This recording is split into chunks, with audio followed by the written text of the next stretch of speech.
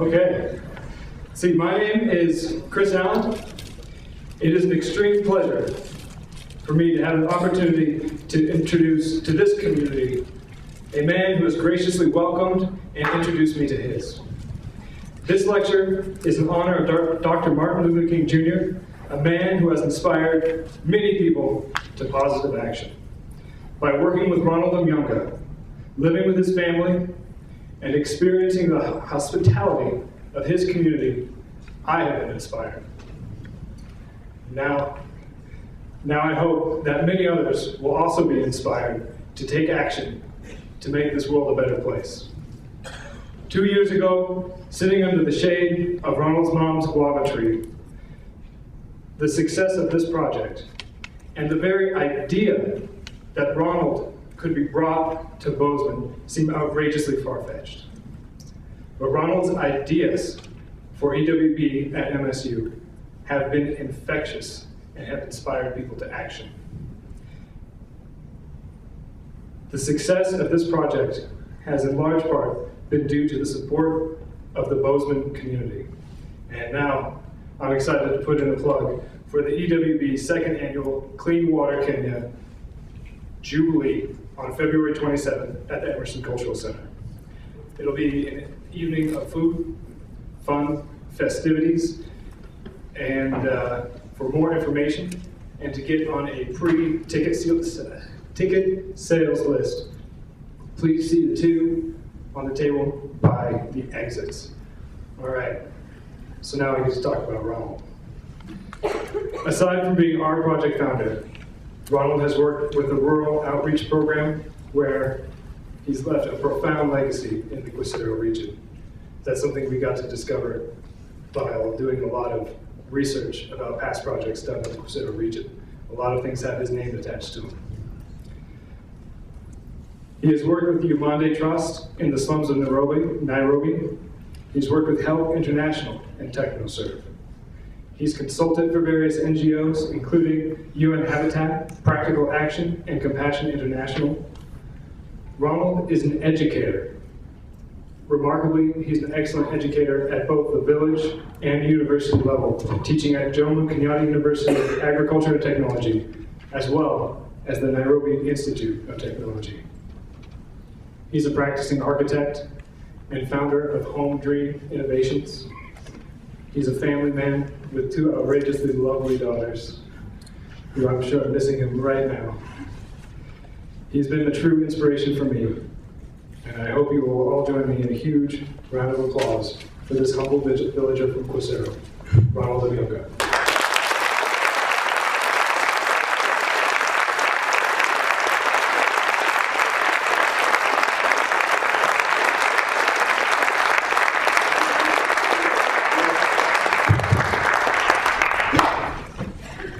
Thank you so very much, Chris.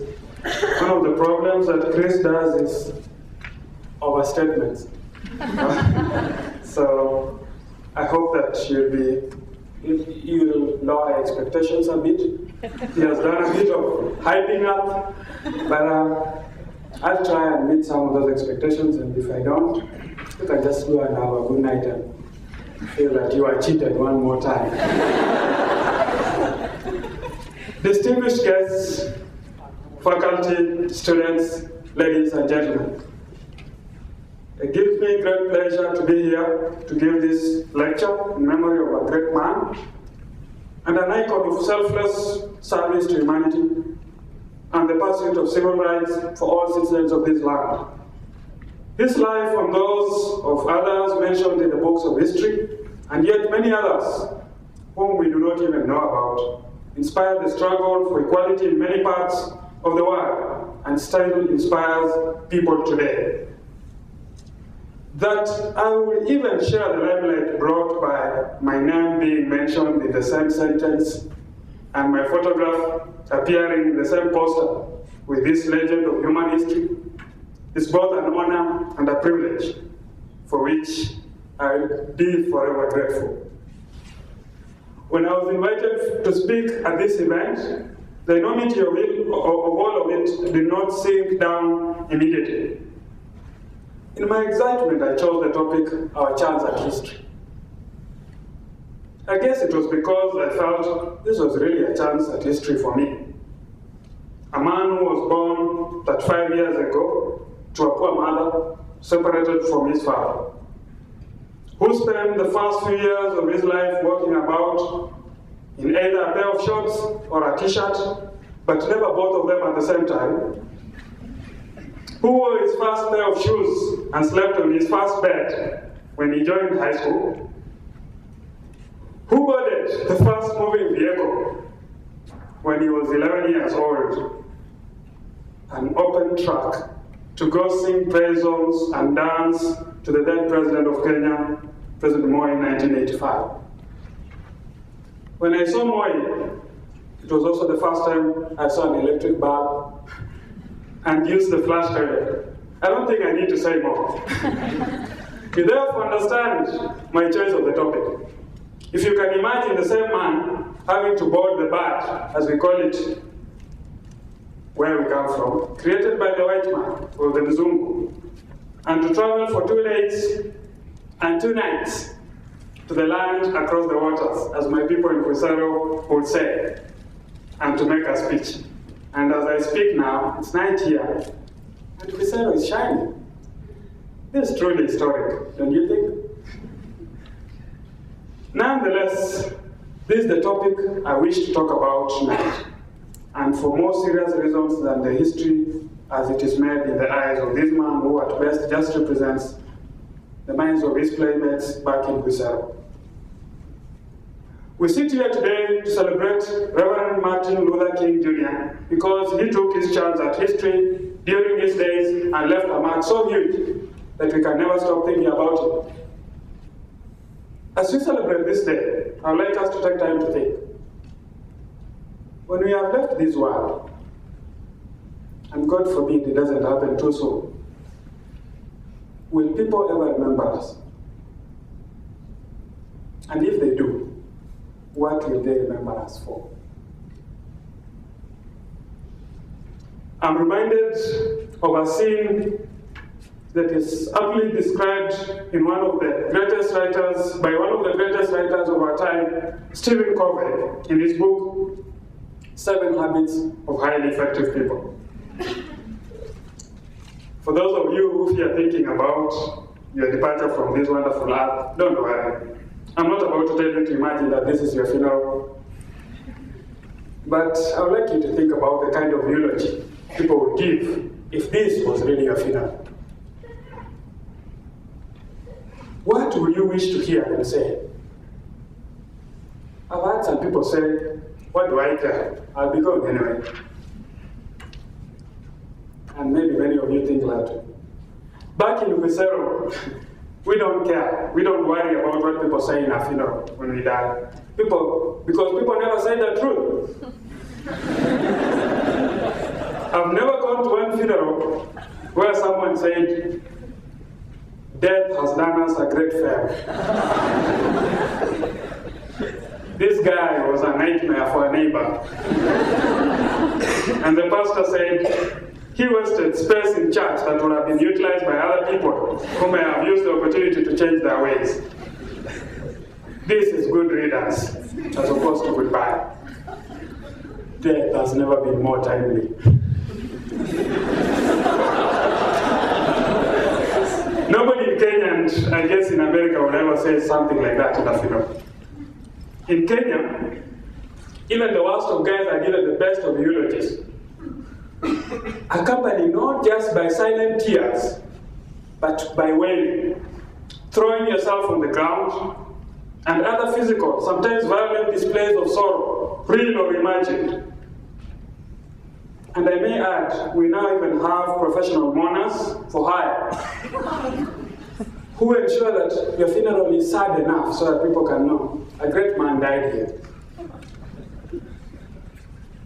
But on a more serious note though, each one of us would like to leave a legacy that if you are allowed to think, you will look forward to hearing your own eulogy. For 5 years, I have facilitated training in Africa for NGO and development workers. And I can tell you something worth more than any money can bring. there is an inherent need in every individual to be associated with things that are much greater than themselves. We all seek to be remembered and to be part of history. That's why the need to be recognized by others and to be part of history is one of the key steps one goes through in his or her pursuit to achieve the state of self-actualization according to Maslow's hierarchy of needs.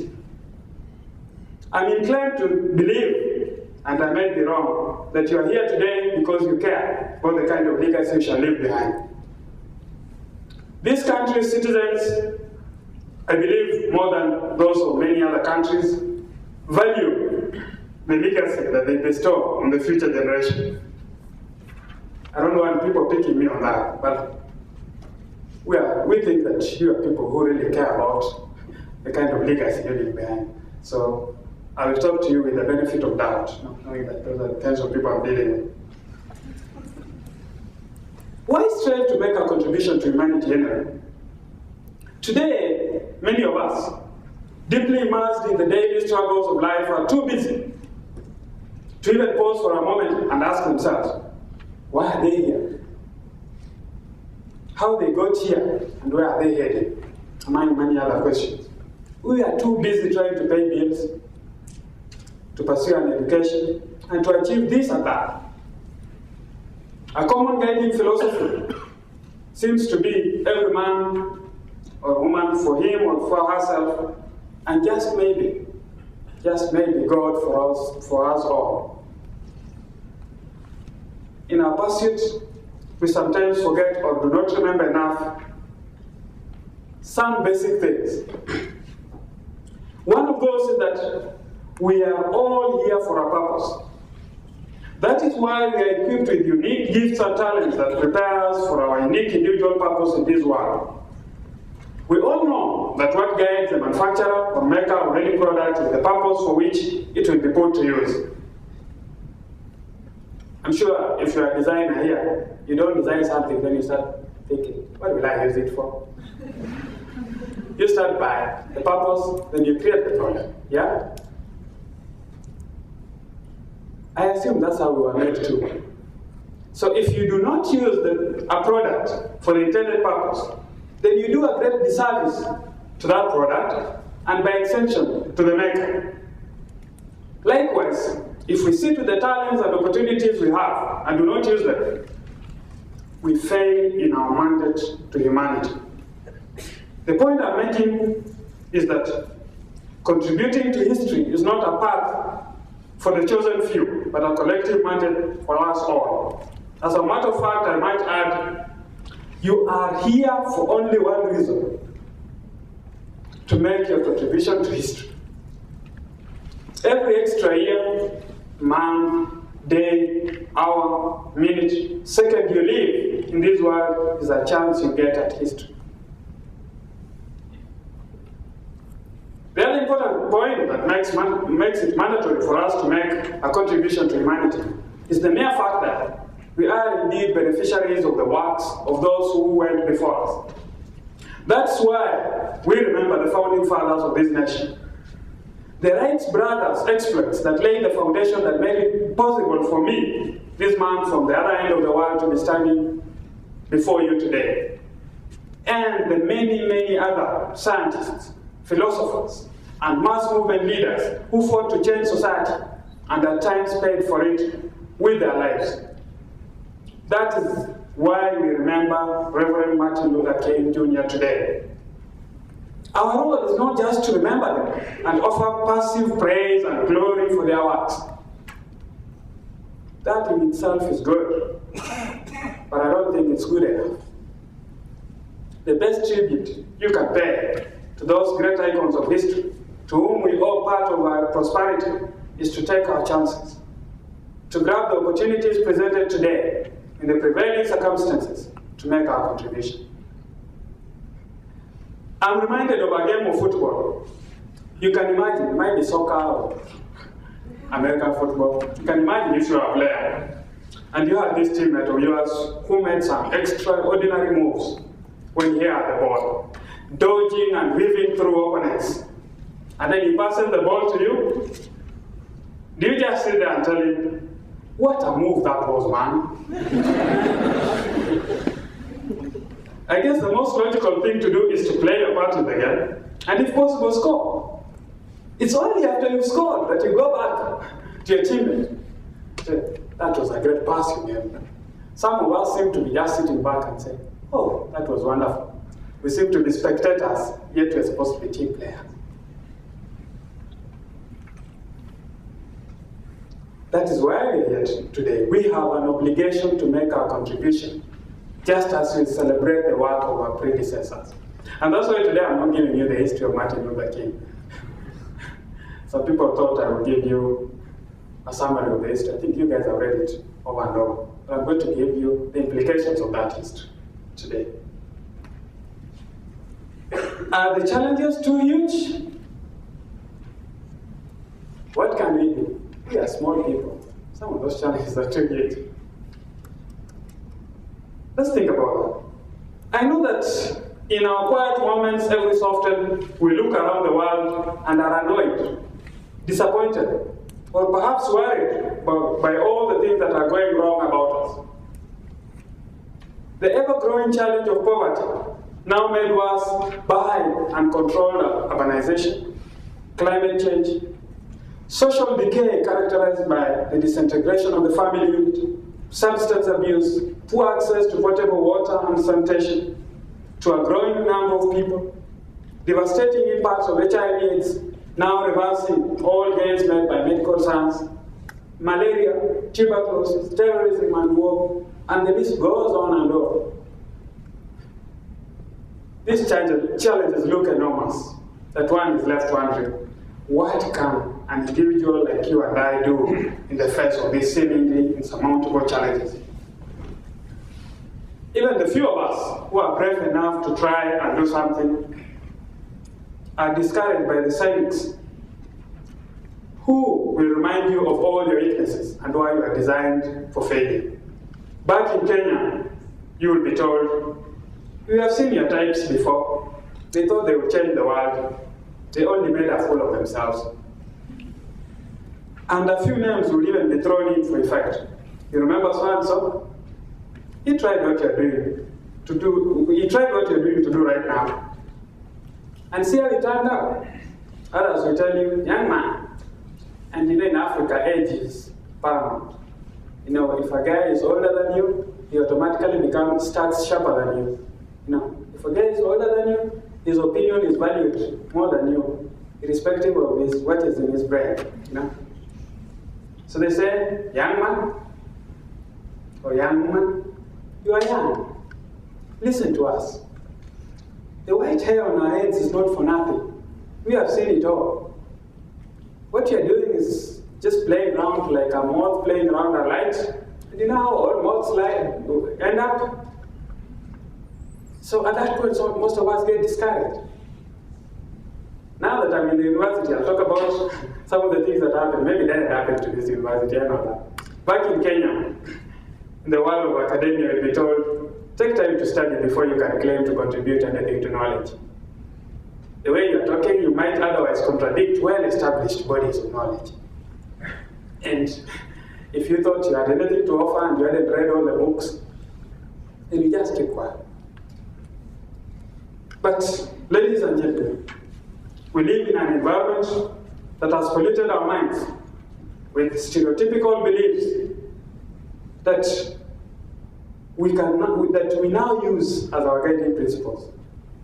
In my work with rural women in Africa, I can remember the numerous times I've had the women whom we were working hard to empower economically through establishment of small enterprises say, this no use, young man. I can never make it. I'm just a woman.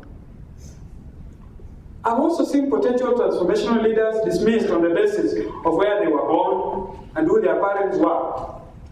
People would say, that family has never done anything good, so neither can that kid. But, ladies and gentlemen, today the challenges we face require that we close our eyes to the things that have in the past let us down. In my language they say, and don't try this at home, you'll bite your tongue. Which means the vegetables that are initially despised are the ones that crown a good meal of cornmeal. You know where we come from? There is a meal called ugali. It's made out of cornmeal, and it's a huge thing. It's set at the center, and everybody is given a small piece of some vegetables, and you hammer it from different directions. And this saying has a background in that you can bring a very huge mountain of ugali, and people look at the vegetables and they think, these vegetables will never manage this ugali. But the experience has shown that the vegetables that people despise at the beginning always finish the ugali. Because people are more careful knowing that the vegetables are less and they have to finish the ugali. So finally the vegetables finish the ugali. But what do I mean? The moral of this lesson is that if the challenges look too big, then they are the ones we should never fear facing. Because as a matter of fact, if you fail, it will not be a surprise since everyone expects you to fail anyway. You should therefore not fear failure, but think of what it would be like if you succeeded. And please don't laugh at me, I'll give you a story. When I was growing up and was looking for a girlfriend, I would always approach the most beautiful girl in the class. Why? Because if she said no, I'll just join the long list of failures. And that's better than being turned down by the not so cute one.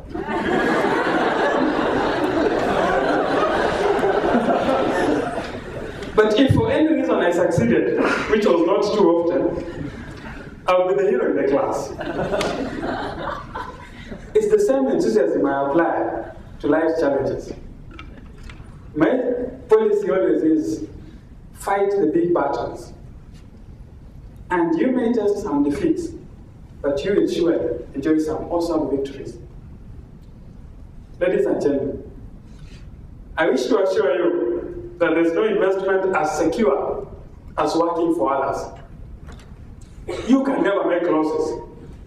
Why? Because you do not expect anything in return from the people you serve. In fact, some of them will call you names and tell you, leave me alone. People in need will have lost hope and will be disillusioned. Others may be even so used to their current status that they have started feeling that they brought the poverty or the sickness upon themselves, and they have now even owned it. They will use such phrases like, my poverty, this disease of mine, and so on. At that point, it's very hard to try to get them healthy or to improve their economic status. Again, in Luya, we have a saying about this. And as I said, my warning still stands. Don't try this at home. Which basically translates to the story that if you wanted to help a crippled man across the bridge, it's only possible if that man makes an effort to crawl. As the agent of change in people's lives, you must be ready to inspire them and have a vision again. You must inspire them to want to see again, and that takes work. I'm reminded of an incident in Kenya. And Kenya people take a lot of illicit brews, because beer is a bit expensive. So you want something that can knock you out quick. So there were people who were taking an illicit brew that was laced with methane. Methane is, they less some of the alcohol with methane, so it becomes really potent. So you just test and you're gone, and you are chanting your songs and walking down the street. But methane also causes blindness. I don't want to go into the chemistry of it. I know there are people here who are sharp in this. So these guys consumed an illicit brew that was laced with methane, and which caused blindness. And as they went blind in the ignorance, they thought that the light in the room had been switched off.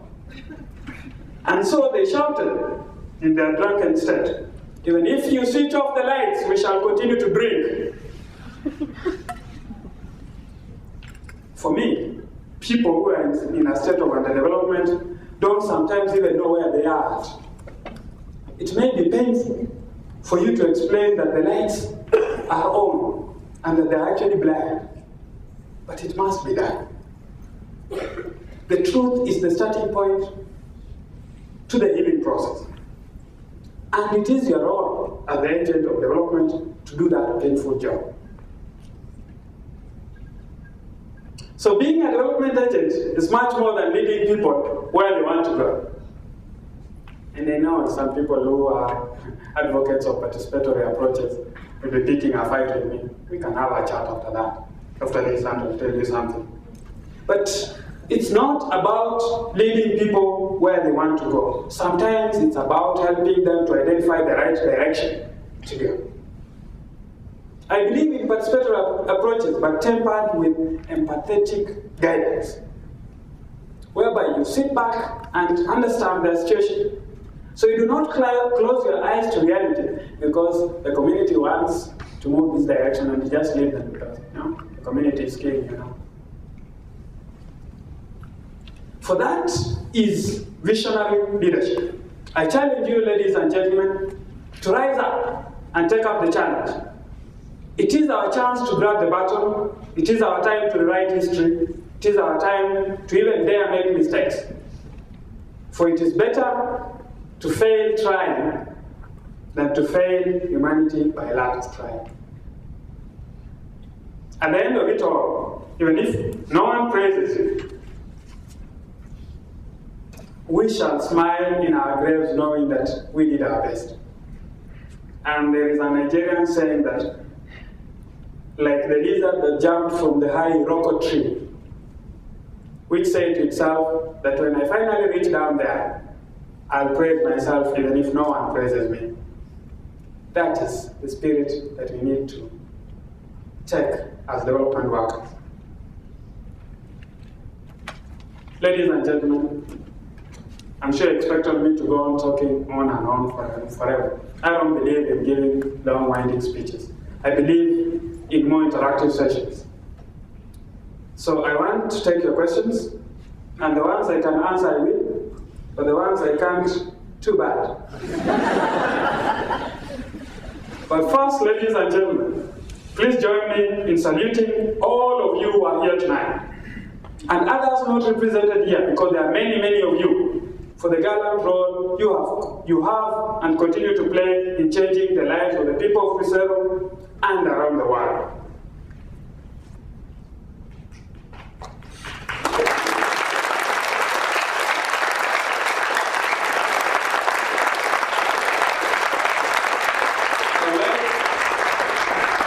I would like to pay glowing tribute to the many young women and men who have traveled halfway around the world, fired by passion and courage, to help people who they never knew and who they shared no blood relations with.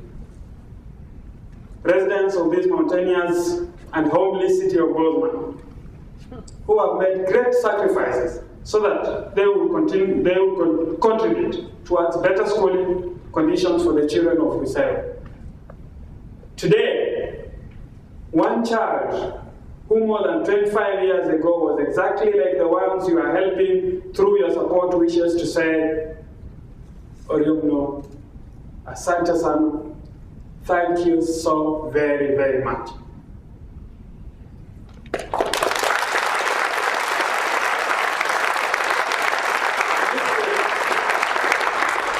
In this spirit, I would wish to recognize the presence here tonight of a member of the team that installed the first well in Cruzeiro and thus laid the solid foundation for this project. A man who has continued to provide silent but consistent support to this program. Ladies and gentlemen, please join me in saluting Mike Krekmeier, who must be here tonight. Mike, if you are somewhere, please stand up.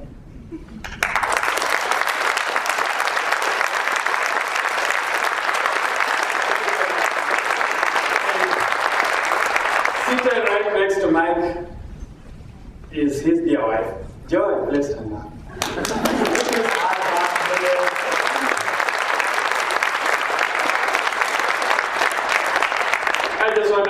say thank you. And maybe one day, Hussein will declare an MSU lecture, just like you declared one for Martin Luther King Day. Ladies and gentlemen, I take this time to now welcome your questions. And I would just advise that you speak a bit slowly. I might not understand so quick, and I think, so just be a bit. Thank you so very much.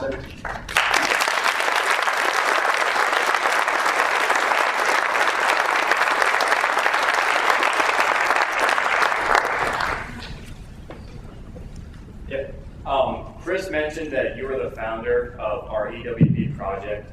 Can you expand on that a little bit? Tell the story about how you guys got involved and got in touch with EWP USA. Thank you so much.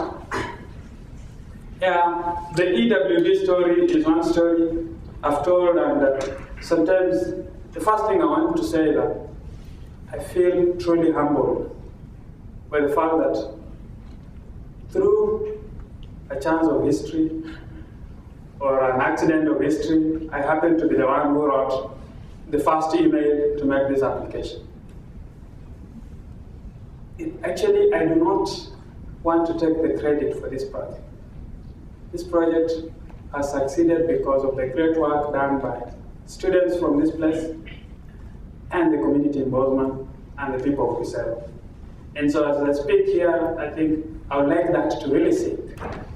It's not about self-aggrandizement, it's just, I was lucky enough to do this. Sometime in 2003, I was surfing the internet, and I am an architect, as Chris said. And where I come from, where I was born and raised, people do not design houses before they build them. They just build them. And I go home every time and people ask me, where did you finally become after going to school and reading all the books there are? And I tell them I became an architect. And they tell me, so what does an architect do? And I tell them, he draws houses. And I tell them, so houses are drawn before they are built? I tell them, yeah. I tell them, yeah, no. They tell me about the local artisans, and they tell me, are you like Charles? And I tell them, more like that. And I tell them, Charles didn't go to any school and he's doing a pretty good job. Did you have to go to school to do all that? You know, just do what he does? And I felt a bit disillusioned because I was not really being of use to these people. Had I been a doctor, I think it would make sense because when they are sick, they'll know that this guy became a doctor. If I had been a lawyer, for example, it would have been nice because anytime they had a land problem, I would defend them. But here is a course which wasn't helping them. So I felt that I needed to do something to give back to this community that did so much for me. Yet my current profession as it is will not be relevant to them. And I thought the only thing I can do that is through education. Why? Because I go home today and I look at the people whom I played with as a child, and I see this huge difference that exists between I and them. We can sit with them and we can no longer talk for long the way we used to do. Because they're just in a different world. And I'm in a different world. When they see me, they want something from me. And I'm not very good at giving handouts, like just most of us are. Don't really want to keep on giving people things. So I thought, the only difference there was between me and them is because I went to school. So if I created a forum where more people went to school, I'll be doing more service to that community. And I just thought, what better way to do that? Maybe through water and through sanitation. And another thing that touched me that made me really go for water is that of all the girls I was with in primary school, none of them reached college. Because when us guys were in class learning, they were up and down, going to fetch water to bring to school. So I thought that I could do something. And I wrote an application. I was surfing the internet and I got this EWB thing, and they were saying you could apply, and I started the process. I can't tell you how many emails I wrote and just back and forth. But finally, we got this project started. So my only role has been actually to do writing and to talk to my people. The work that has made this project has been done here by this community and by this university. And please don't ask me about this project again. It is about you people. It's not about me. It's about you guys. And I think the best I can do is just to say thank you, thank you, thank you. I can't say it much enough. Is that okay? You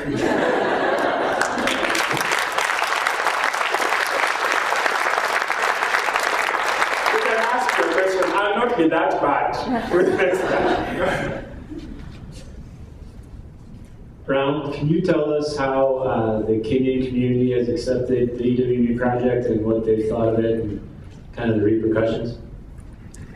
Okay, the EWB project has been a great blessing for the people of Kusero. Just for the first reason is that there were this huge number of white people walking around Kusero.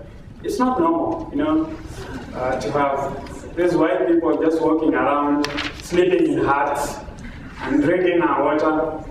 And the children of Kusero and the people of Kusero have just enjoyed interacting with them, saying hi, speaking to them, and just enjoying the fact that they try and speak a bit of our language. So that has been exciting. But what has been most exciting about this project for the people is that the water has changed the lives of people. I was back home over Christmas and early New Year, and it's very dry right now in Kusero. And so most of the wells that people use to fetch water during the rain season are dry. So there are long queues of people now fetching water from those wells. And if you guys could just have a chance to walk around and see the people queuing to fetch water from the wells that have been sunk by your effort, then that will show truly the appreciation of the people of Kusero. But the project has also been different. You know, they've had, the Kusero people were used to Wazungu projects which were really, you know, donor-driven, yeah? You're just given, people come and look around and they think you need a well here, and it's planted. You need this, and it's planted.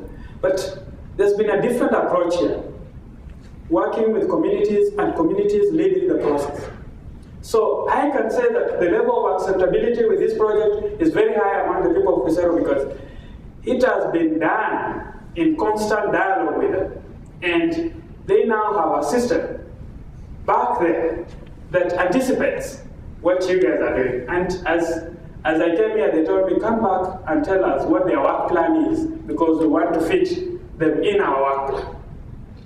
They are taking up responsibilities of this project. Initially, when groups travel to Kenya, they had to take care of their living expenses. Today, I want to report here, and it needs to be military, that the people of Kusero have decided that they shall feed all groups that go to Kusero as their sign of commitment to this project. So you might not feed very well. There'll be no burgers, pizzas, but you eat. So that is commitment by the people of Kusero, which shows really they have accepted you, and they're really glad that this project came. Of course, they will continue to interact with you and ask you hard questions. That's part of acceptability for that project.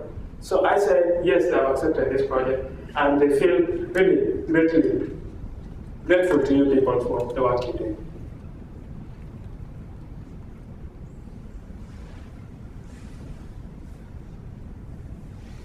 Scared? I can go sleep.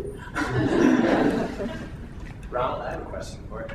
There's a picture over here of Peter Jacobson who traveled on one of the previous trips, and it's got a title of something like "Proudest Moment" or something like that. And I know that there's a lot of people who have traveled who have one thing that happened while they were there that really felt successful and like a great accomplishment.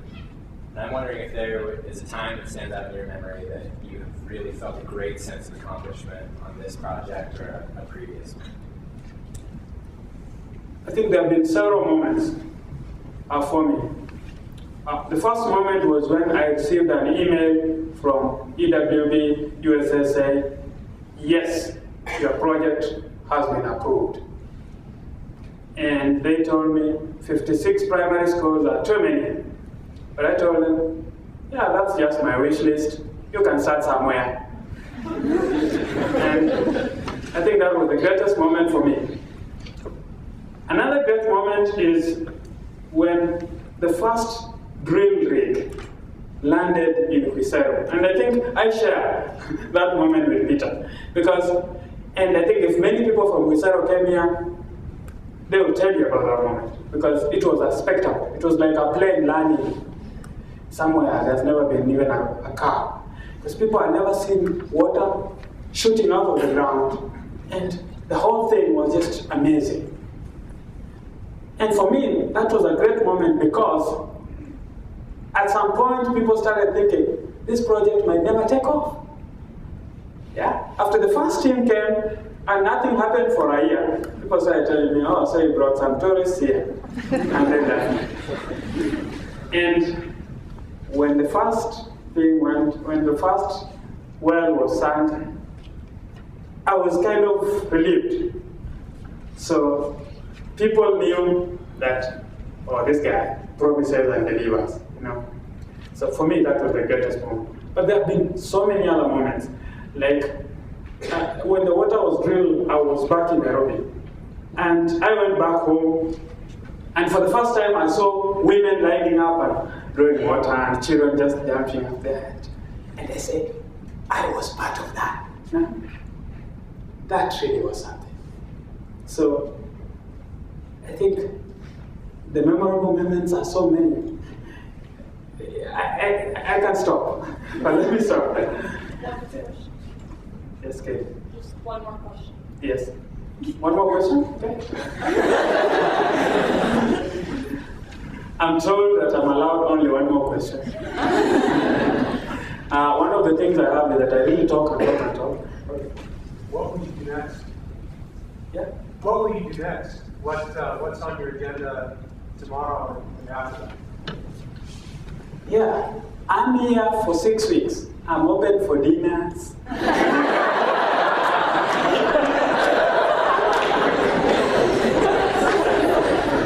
Okay, I'm around, and my calendar is really controlled by these guys in blue. I'm just told this way, that way. But I'm really open. If you find me on the street and you just tell me you want us to have a one-on-one chat, I'll pull out my schedule and check. Where can we put it? Yeah. So don't worry. I'm here for the next 6 weeks. Please grab any time you can have with me and let's just chat. After that. Oh, after that in Kenya we're going for big things. We want to do, we're going back to do a distribution network from one of the schools to a neighboring school. Because we're trying to explore several options because drilling a well is really expensive. And we're trying to think what are the better ways of cost effectively using the funds we have. So we have one of the high yielding wells, and right now we are working with the engineering students to work on the design so that next summer people might actually be going to put in a network system. But of course it all depends on your generosity. And for the past time we have worked mostly on the western side of Huisero. And people are really starting to think that I favor that side because apparently I come from that side. So we want to do something on the eastern side. So as we do this network, which again happens to be on the western side, we want to ensure that we do something on the eastern side. And now we have a board back in Kenya that determines where the wells go. Initially it was just like, I think I like that school, give them. Now things are pretty different. There's a board that has been constituted and it's going through the registration process, and they have actually ranked the schools the way in which we are going to do it. So how much we can do actually depends on how much we can get. And I'm hoping that by the time I leave, we'll have got so much more, Kelly, don't you think? So we can do so much more. Yeah, and please don't tire in your generosity toward the people of Israel, for they are truly thankful. Thank you so very much, ladies and gentlemen, and have a good day.